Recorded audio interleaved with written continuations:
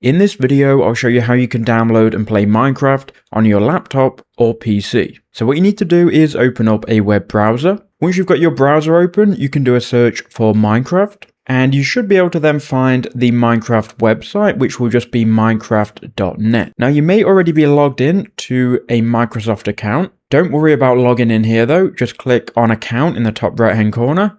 Then click on download. From here, you can then click already own Minecraft for PC.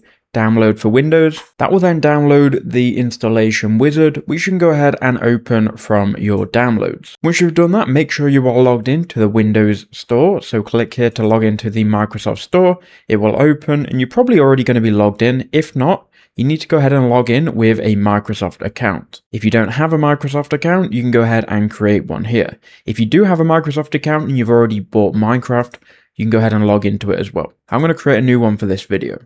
Now I've created a new Outlook account and I've logged into Microsoft Store.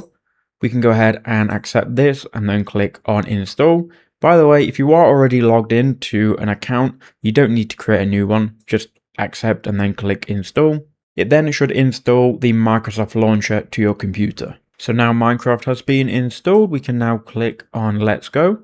It's now going to ask you to sign in to your Outlook account. As you can see here, I've got the email that I just created. We can then go ahead and click continue. If you already have an Outlook account and you've already bought Minecraft, you want to go ahead and log into it by using a different account. So once you've signed in, it's going to ask you if you own this game or app.